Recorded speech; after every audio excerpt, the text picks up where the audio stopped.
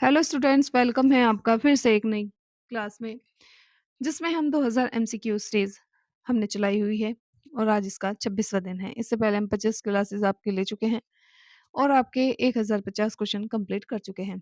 उससे आगे आज जो है हम कंप्लीट करेंगे। डेली हम 30 क्वेश्चन का सेट रखते हैं।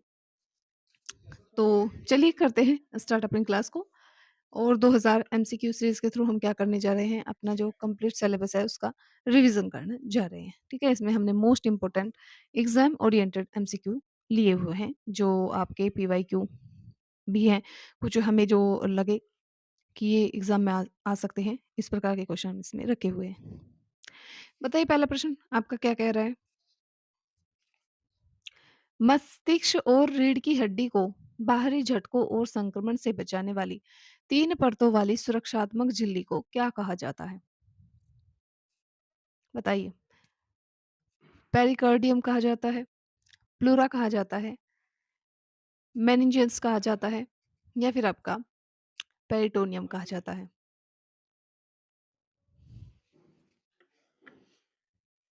तो आपकी जो आपकी मेनिंजेस होती है, ठीक है, सी आपका बिल्कुल सही आंसर हो जाएगा। व्याख्या देख लेते हैं। मस्तिष्क और रीढ़ की हड्डी को ढकने वाली इस झिल्ली को मेनिन्ज कहते हैं। इसकी 3 जो है परतें होती हैं। सबसे बाहरी जो परत होती है उसको ड्यूरा मैटर कहते हैं। बीच में जो होती है उसको इलेक्ट्रोनाइट मैटर कहते हैं और जो अंदर की तरफ पाई जाती है उसे पिया मैटर कहते हैं। ठीक है। नेक्स्ट आपका क्वेश्चन। छोटी आंत की आंतरिक दीवार पर लाखों की संख्या में पाई जाने वाली उंगलियों जैसी छोटी संरचनाओं को क्या कहते हैं जो बचे हुए भोजन को सोखने का कार्य करती है? बताइए। एल्वियोली कहते हैं, नेफ्रॉन कहते हैं, विली कहते हैं या फिर सीलिया कहते हैं? एल्वियोली कहते हैं, नेफ्रॉन कहते हैं, विली कहते हैं या फिर आपका सीलिया कहते हैं? तो आपकी जो विली होती है इसको विली बोलते हैं। ठीक। व्याख्या देख लेते हैं। देखिए, विली छोटी आंत की अंदरूनी जो सतह होती है उस पर उसके क्षेत्रफल पर जो है कई गुना जो है उसको बढ़ा देती है। इसके अंदर खून की जो है बहुत बारीक-बारीक नसें होती हैं। जब पचा हुआ भोजन आँत से गुजरता है तो विली उसमें से जो ग्लूकोज़ या फिर आपका जो एमिनो एसिड, एमिनो अम्ल और विटामिन जो होते हैं, उनको सोख करके खून में मिलाने का कार्य करते हैं। नेक्स्ट आपका क्वेश्चन है, भोजन निगलते समय जब आप भोजन को अंदर लेकर जाते हैं, मतलब मुँह में काटने के बाद अंदर, ठीक है? भोजन निगलते समय श्वास नली के छिद्र को बंद करने वाले ढक्कन जैसी संरचना को क्या कहा जाता है ताकि खाना या पानी फेफड़ों में न जाए, यानी कि सांस की नली में ना घुस जाए? बताइए। लैरिंक्स कहा जाता है या फिर एक सेकेंड, लैरिंक्स कहा जाता है, एपिग्लोटिस कहा जाता है, एपिग्लोटिस कहा जाता है या फिर आपकी जो फायरिंग्स होती है उनको कहा जाता है, जिनको कृष्ण नली भी एक प्रकार से बोलते हैं, या फिर आपका जो टॉन्सिल्स जो आपके कहते हैं ना कभी कभी गले के जो गले और कान के नीचे, ठीक है, होते हैं दोनों तरफ, उनको टॉन्सिल बोलते हैं। बताइए। तो आपकी जो एपिग्लोटिस होती है वो, ठीक है, इसको क्या कहा जाता है, ये एक ढक्कन होता है। जब आप खाना खाते हैं तो सांस नली पर, और जब आप सांस लेते हैं खाने की नली पर ढक जाता है। ठीक है। देखिए, गले में सांस की नली और खून की नली अलग-अलग जो है होती हैं, अलग-अलग होती है। ठीक है? एपिग्लोटिस एक पत्ती के आकार का एक कार्टिलेज होता है। ठीक है? जब हम खाना निगलते हैं तो ये एपिग्लोटिस जो है अपने आप ही नीचे गिर जाता है और जब सांस की नली के मुहाने को ढक लेता है। ठीक है? अगर बात करते समय या जल्दी में खाना खाते समय ठीक से बंद ना हो पाता तो जो खाना है आपका वो सांस की नली में चला जाता है। उसकी वजह से आप क्या होता है, सांस लेने में दिक्कत और आँखों में पानी आ जाता है। नेक्स्ट क्वेश्चन देख लेते हैं क्या कह रहा है। मानव शरीर में यूरिया का निर्माण मुख्य रूप से किस अंग में होता है जिसे बाद में गुर्दों द्वारा खून से छानकर पेशाब के रास्ते बाहर निकाल दिया जाता है? बताइए। गुर्दे, किडनी, लीवर, यकृत या फिर आपकी जो पैनक्रियाज होती है अग्नाशय वो, या फिर जो आपकी मूत्राशय होता है, यूरिनरी जो ब्लडर होता है वो। तो बिल्कुल इसमें देखिए आपका यकृत में, ठीक है? इसने पूछा है कि यूरिया का निर्माण कहाँ होता है? तो आपके यकृत में बनता है यूरिया, ठीक है? देखिए, अक्सर लोग सोचते हैं कि यूरिया गुर्दे में बनता है, लेकिन नहीं, जो गलत है। जब शरीर में प्रोटीन टूटता है तो बेहद जहरीली जो है एक गैस होती है, अमोनिया गैस बनती है। हमारा यकृत यूरिया चक्र के माध्यम से इसे जो है जहरीली अमोनिया को कम हानिकारक यूरिया में बदल देता है। इसके बाद ये खून में मिल जाता है और गुर्दे इसे छान करके बाहर निकाल देते हैं। नेक्स्ट आपका क्वेश्चन है, वर्ष 1953 में डीएनए के डबल हेरिंग्स मॉडल, जिसे घुमावदार सीढ़ीनुमा आकार भी कहा जाता है, ठीक है, की खोज का ऐतिहासिक श्रेय किन वैज्ञानिकों को दिया जाता है? ग्रेगर मेंडल को दिया जाता है, जेम्स वॉटसन और फ्रांसिस क्रिक को दिया जाता है, लुई पास्चर को दिया जाता है, या फिर हरगोविंद खुराना जी को दिया जाता है? बिल्कुल। तो ये आपकी बात करें डीएनए का जो डबल हेलिंग्स जो मॉडल था, वो आपका जेम्स वॉटसन और फ्रांसिस क्रिक ने जो है खोजा था, विकसित किया था। ठीक है, 20 का बिल्कुल सही आंसर हो जाएगा। इसके लिए इन्हें क्या करा गया था, 1962 में नोबेल पुरस्कार से भी सम्मानित किया गया। नेक्स्ट आपका क्वेश्चन बताइए, जापानी इंसेफ्लाइटिस नामक खतरनाक दिमागी बुखार मुख्य रूप से किस प्रजाति के मच्छर के काटने से फैलता है? एडीज प्रजाति, मादा एनाफ्लेज, क्यूलेक्स या फिर सनफ्लाई? तो ये आपकी जो क्यूलेक्स प्रजाति का मच्छर होता है, इसके काटने से फैलता है, ठीक है? सी इसका बिल्कुल सही आंसर है। व्याख्या देख लेते हैं, जापानी बुखार का वायरस मुख्य रूप से सूअरों और पानी के पक्षियों में पनपता है। क्यूलेक्स मच्छर जब इन जानवरों को काटने के बाद इंसान को काटता है तो ये वायरस जो है इंसान में पहुंच जाता है और इंसान के जो मस्तिष्क है उसको जो है हानि पहुंचाता है एक प्रकार से। नेक्स्ट आपका क्वेश्चन है, आहार में विटामिन B9 जिसको फोलिक एसिड भी कहते हैं और विटामिन B12 की भारी कमी से लाल रक्त कोशिकाएं जो होती है आपकी आरबीसी सामान्य से बहुत बड़ी और अविकसित हो जाती है। इस प्रकार के एनीमिया को क्या कहा जाता है? बताइए। सिकल सेल एनीमिया कहा जाता है, या फिर मैग्लोब्लास्टिक एनीमिया कहा जाता है, या फिर आयरन डेफिशिएंसी एनीमिया कहा जाता है, या फिर एप्लास्टिक एनीमिया कहा जाता है? तो जो आपका मैग्लोब्लास्टिक एनीमिया होता है, कौन सा मैग्लोब्लास्टिक एनीमिया जो होता है, इसका सही आंसर हो जाएगा। ठीक है, जब आरबीसी जो है अपना आकार खो देती है। ठीक है, नेक्स्ट आपका क्वेश्चन है, ध्वनि तरंगों के बाहर से इकट्ठा करने कान के पर्दे तक निर्देशित करने वाले कान के सबसे बाहरी और दिखाई देने वाले हिस्से को क्या कहते हैं? पिन्ना कहते हैं, कोक्लिया कहते हैं, मैलियस कहते हैं, या फिर यूटेशियन ट्यूब कहते हैं? तो आपका इसे पिन्ना कहते हैं। क्या कहते हैं? पिन्ना। तो ए बिल्कुल सही आपका आंसर हो जाएगा। ठीक है, व्याख्या देख लेते हैं, कान का वह बाहरी हिस्सा है जिसे हम छू सकते हैं और जो इलास्टिक कार्टिलेज का बना होता है उसे पिन्ना या फिर आर्कल भी कहते हैं। ठीक है, नेक्स्ट आपका क्वेश्चन है, वजन और आकार के अनुपात के आधार पर मानव शरीर की सबसे मजबूत मांसपेशी मासेटर शरीर के किस हिस्से में पाई जाती है? जांग में पाई जाती है, दिल में पाई जाती है, जबड़े में पाई जाती है, या फिर जो आपकी आम होती है यानी बाह उसमें पाई जाती है? तो ये आपका जबड़े में पाई जाती है, कहाँ, जौ में। ठीक है, सी बिल्कुल सही आंसर हो जाएगा। ठीक है, मासेटर हमारी जो सॉरी मासेटर जो पेशी होती है हमारे जबड़े के निचले हिस्से को जो है खोपड़ी से जोड़ने का काम करती है और ये क्या करती है, भोजन को चबाने का मुख्य काम करती है। जब हम अपने दांतों को कसकर मतलब भींचते हैं, दबाते हैं, तो मांसपेशियां लगभग 90 किलोग्राम तक का दबाव उत्पन्न कर सकती हैं, जो इसे शरीर की सबसे ताकतवर पेशी बनाता है। नेक्स्ट आपका क्वेश्चन है, नवजात शिशुओं में पीलिया के इलाज के लिए अक्सर नीली रोशनी का उपयोग किया जाता है। इस चिकित्सा विधि को क्या कहते हैं? इसे कीमोथेरेपी कहते हैं, फोटोथेरेपी कहते हैं, रेडियोथेरेपी कहते हैं, या फिर क्रायोथेरेपी कहते हैं?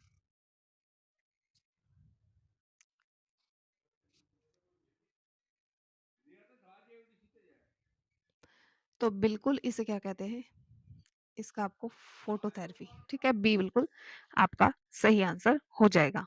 ठीक है, नवजात शिशु का लीवर पूरी तरह विकसित नहीं होता है, जिससे खून में जो बिलिरुबिन होता है, पीला वर्णक होता है एक प्रकार का, बढ़ जाता है, जिससे बच्चे को जो है पीलिया के लक्षण हो जाते हैं, ठीक है? यानी पीला-पीला पड़ जाता है। ये उस बच्चे की बात है जो अभी-अभी जन्म लिया है, ठीक है? जब बच्चे को विशेष नीली रोशनी के नीचे रखा जाता है, तो यह रोशनी त्वचा के अंदर जाकर के जहरीले जो बिलिरुबिन होता है, उसको पानी में घोल करके तोड़ देती है, और जिससे बच्चा जो है पेशाब के ज़रिए उसे आसानी से बाहर निकाल देता है। नेक्स्ट आपका क्वेश्चन है, मानव शरीर की वह कौन-सी ग्रंथि है जो अंतःस्रावी और बहिःस्रावी दोनों के रूप में कार्य करती है? तो आपकी अग्नाशय एक ऐसी ग्रंथि है जो आपकी अंतःस्रावी भी है और बहिःस्रावी भी है, ठीक है? इसका आंसर सी बिल्कुल सही हो जाएगा। अग्नाशय की बात करें, इस शरीर की एकमात्र ऐसी प्रमुख ग्रंथि है जो दोनों कार्य करती है।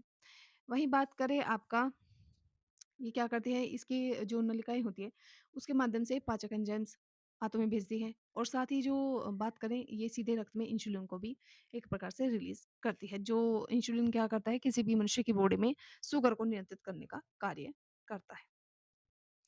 नेक्स्ट आपका क्वेश्चन है, रक्त से थक्का जमने वाले कारकों, जैसे आपका एग्जाम्पल दिया गया है फाइब्रोनोजिन, को निकाल देने के बाद बचे हुए हल्के पीले रंग के तरल पदार्थ को क्या कहा जाता है? बिल्कुल, इससे क्या पूछा है, रक्त से थक्का जमने वाले कारक जो होते हैं, आपके जो क्लोटिंग फैक्टर होते हैं, जैसे आपका फाइब्रोनोजिन, ठीक है? इनको निकाल देने के बाद जो हल्का पीले रंग का तरल पदार्थ बचता है, उसको पूछा है। क्या उसको प्लाज्मा कहते हैं? उसको सीरम कहते हैं? उसको लिम्फ कहते हैं, या फिर प्लेटलेट्स कहते हैं? तो इसको आप सीरम कहते हैं। क्या कहते हैं आप? सीरम कहते हैं। तो बी बिल्कुल आपका सही जो है आंसर हो जाएगा। रक्त का, अगर हम इसकी व्याख्या की बात करें, रक्त का 55% हिस्सा प्लाज्मा होता है, जिसमें पानी, प्रोटीन और थक्का जमाने वाले तत्व इसमें मौजूद होते हैं। जब खून जम जाता है तो उसमें से क्लोटिंग फैक्टर खत्म हो जाते हैं, ठीक है? तो जो मान लीजिए साफ पीला जो तरल बचता है, उसे हम सीरम कहते हैं, ठीक है? नेक्स्ट आपका क्वेश्चन पढ़िए और आंसर दीजिए।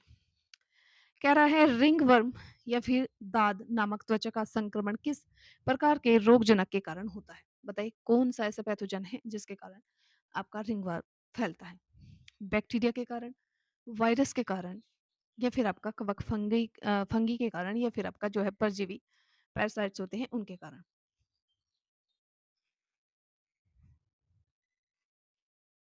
तो बिल्कुल ये आपका कवक के कारण फैलता है, ठीक है? बैक्टीरिया की बात करें हम, जिसको जीवाणु कहते हैं, इससे आपका बात करें नमूनिया होता है, ठीक है? इससे आपका लोकजा होता है, टिटेनस जिसको हम बोलते हैं, और भी कई सारी बीमारियाँ बैक्टीरिया से होती है। वायरस की बात करें, रेबीज़ होता है, और आपका बात करें एड्स होता है, एचआईवी, ठीक है? ये सब चीज़ें आपको याद रखनी है। व्याख्या देख लीजिए। देखिए, बात करें जो वर्म होता है, ये एक प्रकार का क्या होता है, कीड़ा, ठीक है? सॉरी, कीड़ा नहीं होता। यहाँ पर क्या पूछा था क्वेश्चन में? ओह! फंगल इन्फेक्शन, सॉरी, ठीक है? ये फंगल इन्फॉर्मेशन।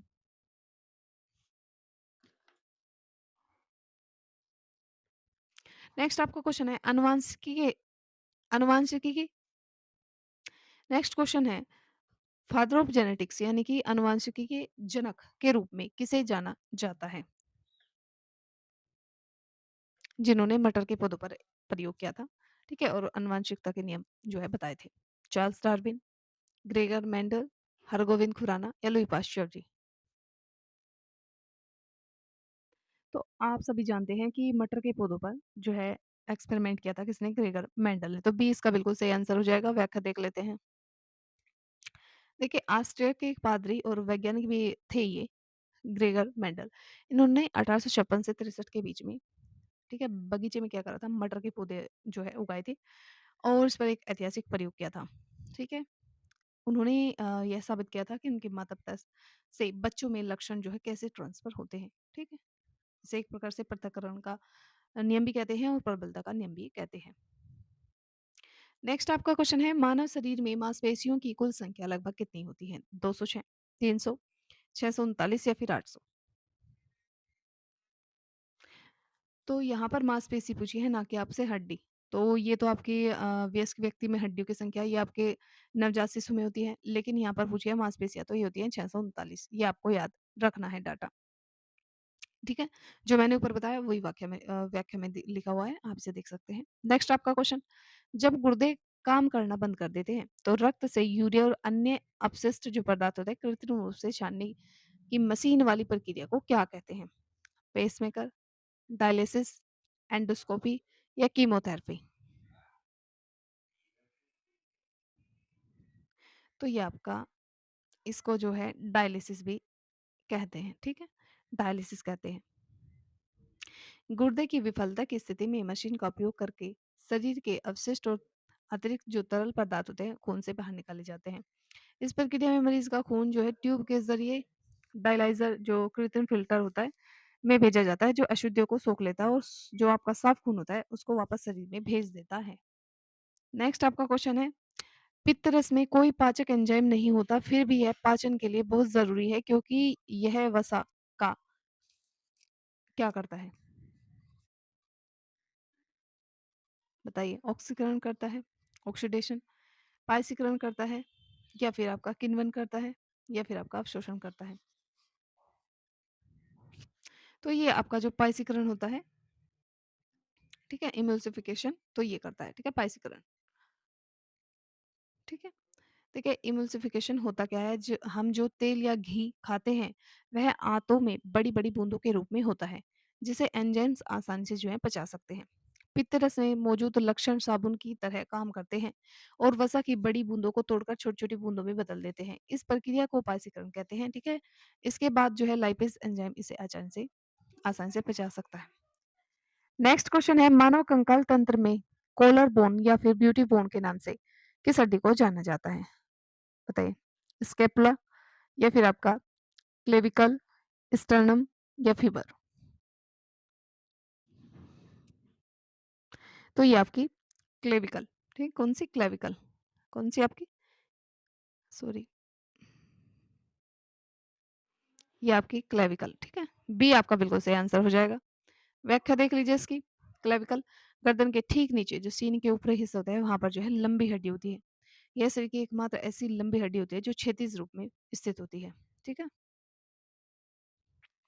नेक्स्ट क्वेश्चन है, कोशिका के किस अंग को उसकी जल अपघटनीय एंजाइमों के कारण आत्मघाती थैली भी कहा जाता है, यानी कि सुसाइड बैग? तो ये आपका होती है कौन सी, लाइसोसोम, ठीक है। सी इसका सही आंसर होगा। व्याख्या देख लेते हैं। लाइसोसोम बहुत ही शक्तिशाली पाचक एंजाइम होते हैं। जब कोई कोशिका पुरानी हो जाती है, क्षतिग्रस्त हो जाती है या उसमें कोई वायरस घुस जाता है तो लाइसोसोम फट जाते हैं और उनके एंजाइम उनकी ही कोशिका को पूरी तरह से पचा करके नष्ट यानी कि खा जाते हैं, ठीक है। इसी कारण इसे कोशिका की आत्मघाती थैली भी कहा जाता है, सुसाइड बैग भी कहा जाता है। नेक्स्ट आपका क्वेश्चन है, आहार से मिलने वाले विटामिन बी 12 के अवशोषण के लिए अमाशय द्वारा स्रावित होने वाले उस आवश्यक प्रोटीन को क्या कहा जाता है? बताइए, पेप्सिनोसिन कहा जाता है, इंट्रिंसिक फैक्टर कहा जाता है या फिर आपका म्यूकस कहा जाता है या फिर गैस्ट्रिन? तो बिल्कुल आपका जो आपके इंट्रिंसिक फैक्टर होता है, ठीक है, कौन सा इंट्रिंसिक फैक्टर उसको कहा जाता है। नेक्स्ट आपका क्वेश्चन है, एक वयस्क मानव शरीर में लाल रक्त कोशिकाओं का निर्माण मुख्य रूप से कहाँ होता है? यकृत, पलीहा, लाल अस्थि मज्जा या फिर हृदय?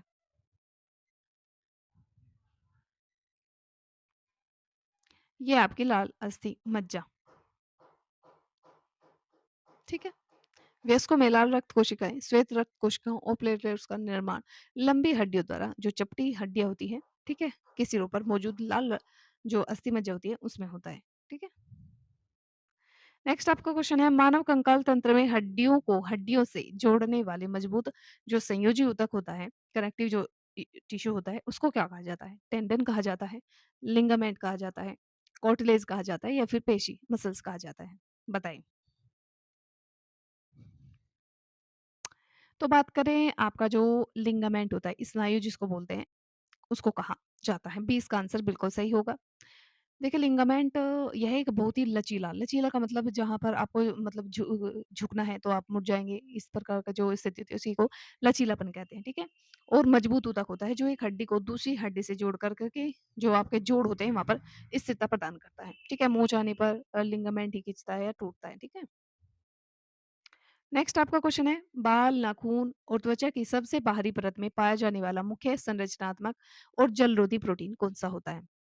कोलेजन होता है, केराटिन होता है, मेलानिन होता है, एल्ब्यूमिन होता है। तो ये आपका केराटिन होता है। कौन-सा होता है? केराटिन, ठीक है? व्याख्या देख लीजिए। केराटिन एक बेहद कठोर और अघुलनशील प्रोटीन है। यही कारण है कि हमारे बाल और नाखून इतने मजबूत होते हैं और पानी में नहीं गलते हैं। जानवरों के सींग, खुर, पक्षियों के पंख वगैरह ये सब भी किससे? केराटिन से बने होते हैं। त्वचा का बात करें किसी भी मनुष्य के तो मेलानिन के कारण होता है। नेक्स्ट आपका क्वेश्चन है, फेफड़ों की वायु अक्षमता और सांस लेने की मात्रा को मापने के लिए चिकित्सा में किस उपकरण का उपयोग किया जाता है? मैनोमीटर बताइए। स्पिगो बताइए। स्पिगो मैनोमीटर या फिर इलेक्ट्रोकार्डियोग्राम बताइए। इस बताइए। स्पिगमो मैनोमीटर, इलेक्ट्रोकार्डियोग्राम या फिर आपका स्पाइरोमीटर या फिर स्टेथोस्कोप बताइए। तो आपका जो स्पाइरोमीटर होता है उसको कहा जाता है, ठीक है? ये फैक्चुअल क्वेश्चन था, इसे याद को आपको रखना है। नेक्स्ट आपका क्वेश्चन है, शरीर में कैल्शियम और फास्फोरस के स्तर को नियंत्रित करने वाली जो पैराथायराइड ग्रंथि होती है आपकी, शरीर में कहाँ स्थित होती है? मस्तिष्क में, गले में, गुर्दे में, गुर्दे के ऊपर या फिर आपके पेट के अंदर? बताइए। तो ये आपकी जो है बात करें गले में पाई जाती है, सभी को पता है कि थायराइड ग्रंथि पाई कहाँ जाती है, ठीक है? तो बी आपका बिल्कुल सही आंसर है। व्याख्या देख लीजिए। ये चावल के दाने के आकार की होती है, ठीक है? कई बार इस चीज़ को हम डिस्कस कर चुके हैं। नेक्स्ट आपका क्वेश्चन है, मानव मस्तिष्क का कौन-सा भाग शरीर का संतुलन, पोस्चर और ऐच्छिक जो मांसपेशियाँ हैं उसको सटीक समन्वय को नियंत्रित करता है? बताइए। सेरेब्रम, मेडुला ऑब्लांगेटा या फिर सेरेबेलम जिसे अनुमस्तिष्क भी कहा जाता है या फिर आपका थैलेमस?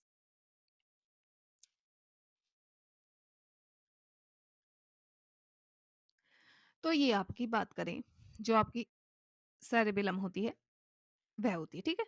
बी सॉरी सी आपका बिल्कुल सही आंसर हो जाएगा। सेरेबेलम मस्तिष्क के पिछले और निचले यानी आपका जो पीछे का सबसे नीचे का भाग है वहाँ पर होता है। इसी को जो है एक प्रकार से बात करते हैं। अगर मान लीजिए किसी व्यक्ति को कोई चीज़ याद मतलब उसको पता है तो उसी मस्तिष्क से निकल कर के आती है, ठीक है? नेक्स्ट आपका क्वेश्चन है, इंसान की आँखों में आँसू का निर्माण और स्त्राव किस ग्रंथि द्वारा होता है, जो आँखों को सूखने से बचाती है? पीनियल ग्रंथि या फिर आपका लैक्रिमल जो ग्रंथि है ग्लैंड है वो, पैराटिड या फिर पसीने की ग्रंथि? तो आपकी जो लैक्रिमल जो ग्रंथि होती है उसके कारण, ठीक है? अब याद रखना है आँखों में आँसू किसके कारण? लैक्री लैक्री इस प्रकार से आप याद रख सकते हैं। मल देखिए एक प्रकार से मल ही होता है वो, ठीक है? एक प्रकार से मल तो लैक्रिमल ग्रंथि उसको कहा जाता है। लैक्रिमल ग्रंथि, ठीक है? द टीयर फैक्ट्री एक प्रकार से इसे कहा जाता है। प्रत्येक आँख के बाहरी ऊपरी जो कोने होते हैं वहाँ पर होती है, ठीक है? स्थित होती है। नेक्स्ट आपका क्वेश्चन है, भोजन के पाचन की प्रक्रिया मुख्य रूप से शरीर के किस अंग में पूरी तरह से संपन्न हो जाती है? बताइए। अमाशय, बड़ी आंत, छोटी आंत या फिर मलाशय?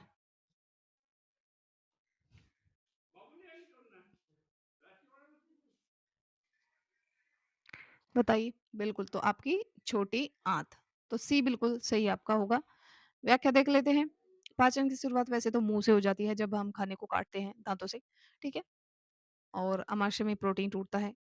कार्बोहाइड्रेट, प्रोटीन, वसा या फिर कह सकते हैं खाने का जो अंतिम एक प्रकार से पाचन होता है वो छोटी आंत में होता है।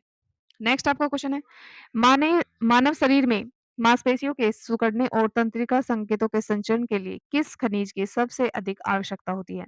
आयरन, कैल्शियम, आयोडीन या फिर जिंक? बताइए। तो इसमें आपका क्या होगा?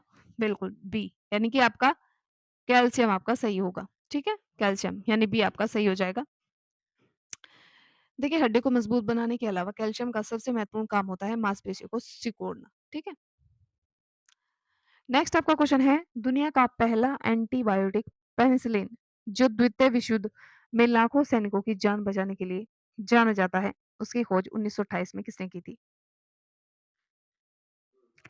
तो इसका आंसर आप मुझे कमेंट बॉक्स में करके देंगे आप मुझे, ठीक है? तो आज अपनी क्लास को रखते हैं यहीं तक। Thank you. कल फिर से एक और नई क्लास, नए क्वेश्चंस के साथ आपके साथ जुड़ेंगे। तब तक के लिए थैंक यू, ध्यान रखिए, पढ़िए और स्वस्थ रहिए, मस्त